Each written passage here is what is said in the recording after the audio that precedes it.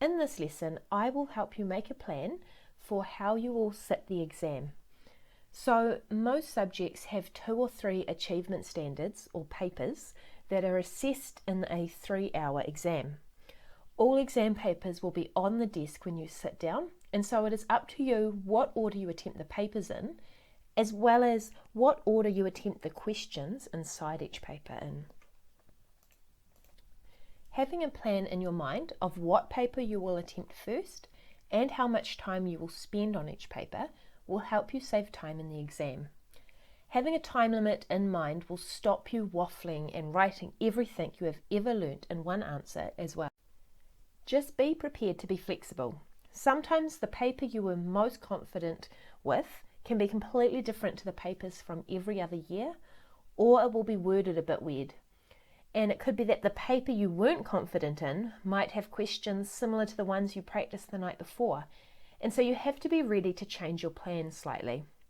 This might mean changing the order you complete the papers in, or the order that you attempt the questions in. But the good news is, if you have a plan, it is much quicker to change it in the exam than it is to make a plan from scratch. I will give you a few different plans, but you need to choose the one that works best for you and be ready to change that plan once you have seen the exam papers. So this plan is perfect for you if you want excellence endorsement in one subject and you need credits. If you are going for excellence endorsement in a subject, you need to get excellence for at least one of your papers in the exam. This plan will give you the best chance for that. So in this plan, you start with the achievement standard, or the paper you are most confident with.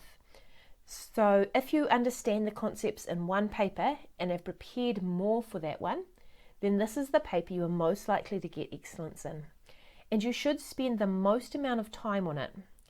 Most exams have 3 questions, so you allocate 23 minutes per question, or 1 hour and 10 minutes for the paper if it has a different number of questions.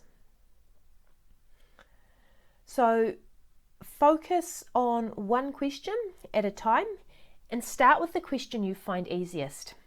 So have a look at all 3 questions in your paper and then pick the one that you're most confident with. For questions that have question 1 part A, B, C, the parts of the question usually build on each other. So the first few questions will help you set up for the excellence part of the question. So it is worth working in order from A through to C. You finish with the question that you find most difficult. So if your 1 hour and 10 minutes is up and you still have a whole lot of time or a whole lot left to write to finish that last question, you just stop and you move on to the next paper and you come back to that question at the end if you have time.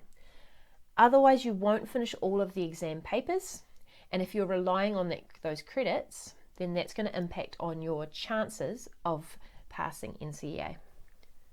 You then move on to the paper that is second in your order of confidence. So with this one, you spend a maximum of 55 minutes on that paper. And then finally, you finish with the paper you are least confident with. Ideally, you should have about 35 minutes left. So you start by answering all of the achieved, the short answer questions, or the simple calculations. So you're looking for questions that only have 1 or 2 lines and require you to write only 1 word or 1 sentence. Then you go back and you attempt questions that require an explanation, but don't have, a whole page of lines. So they may only have 5 or 6 lines under each question.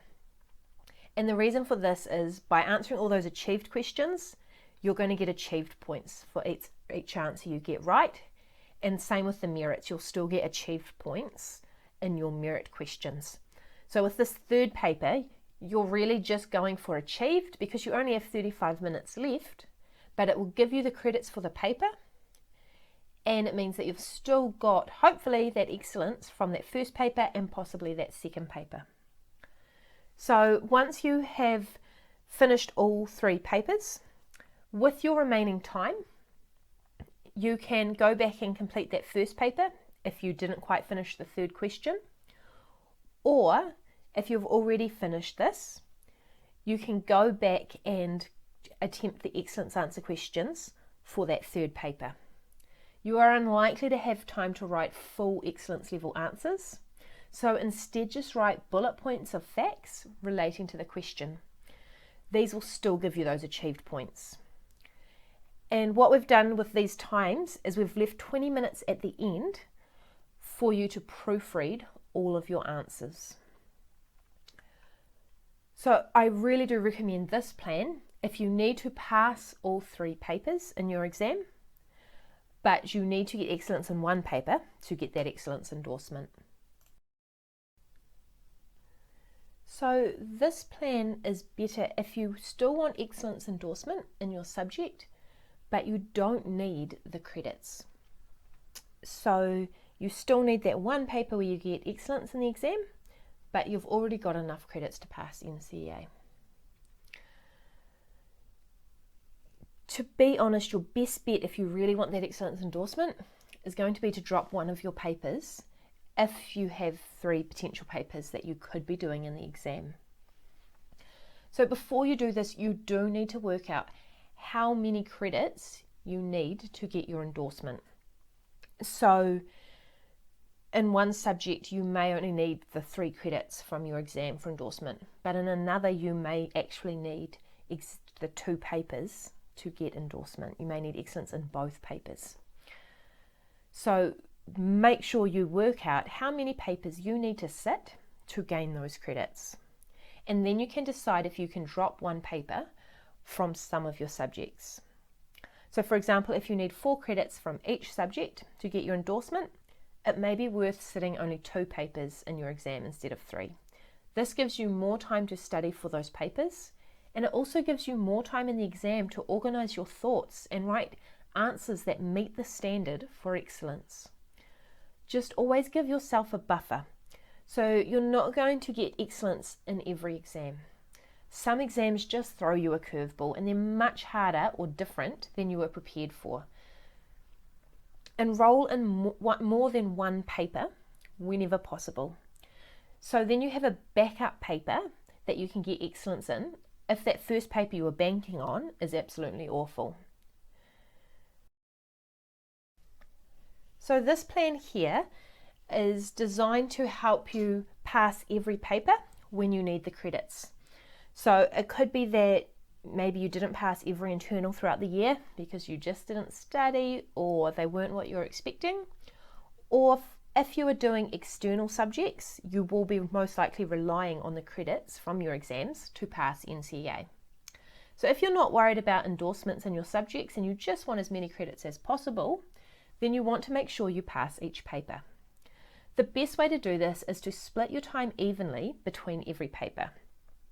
So I would recommend spending about 53 minutes per paper if you have 3 papers in your exam, and this will leave you 20 minutes at the end for proofreading. So you start with the paper you are most confident with, and you attempt all of the short answer achieved questions and or the calculations in the paper. So again, you're just going for those questions that have 1 or 2 lines after them and they're requiring a fact, a sentence, 1 calculation, or even 1 word in some cases. Once you've done these, then you go back and you attempt the merit type questions that ask you for a slightly longer response. So you're looking for those questions that have 5 or 6 lines after them. And then finally you go back and you answer your excellence questions. Remember to only give yourself 53 minutes though. So if you find that you're at 45 minutes and you've only got 8 minutes left, then you can just go through and write as many bullet points of facts as you can for each excellence question. They will still give you those achieved points, and you need 8 achieved points to pass your exam. So you need to write 8 facts that are relevant to the questions asked and correct. So once 53 minutes is up, you stop there and you move on to the second paper. And then you finish with your third paper, which is the one that you're least confident with. You will probably have an idea of which one that is going into your exam, but remember to read every paper first and make sure that they are what you expected, because it might be that the one you were least confident with needs to swap in the exam. So this one here is the plan if you've left all of your studying until the end of the year and you've found the subject difficult throughout the entire year. So if you haven't found the motivation to study and it's now the week before the exam and you can't even remember sitting in class, never mind what the teacher said, then this is the plan for you. Unfortunately, it is going to involve losing credits because you need to prioritise studying for one paper. So choose the achievement standard that you understood the most of in class. This is the one that you ideally got the best result for in the end of topic test and school exam. But if you got the same grade for all 3 papers and they were not achieves, then it's the one that you got the most points in. So focus all of your revision on that subject, just on that one paper. You will have 3 hours to answer that paper, so you have plenty of time to sit there and recall what you learnt and what you revised the week before and write detailed answers. Once you have finished the paper in the exam, then you can look at the other 2 papers. So you'll need to decide whether you know enough to write 8 correct facts, which is what you need to pass. If not, you can choose to leave the paper empty, in which case it's a standard not achieved and it doesn't show up on your records.